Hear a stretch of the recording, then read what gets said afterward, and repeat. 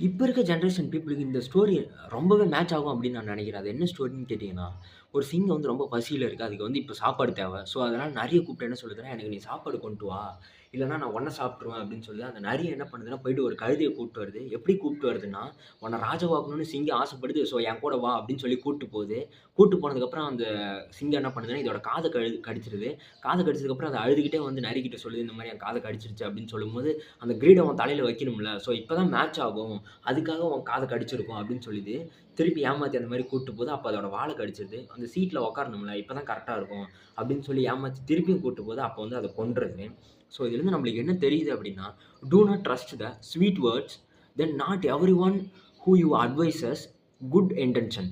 ஓகேவா? அப்படின்னா, நல்லா பேசுறாங்க, அன்பா பேசுறாங்க அப்படின்னு சொல்லிட்டு அவங்களோட வார்த்தையில நம்ம ஏமாந்துறவும் கூடாது. அதே மாரி இங்க அறிவுரை சொல்ற எல்லாருமே நம்ம நல்லா இருக்கணுங்கிற எண்ணத்துக்காகவும் கிடையாது. ஒரு அட்வைஸ் யூஸா இருந்துச்சுன்னா, அத எடுத்துக்கோங்க. யூஸ்லெஸ்னா அத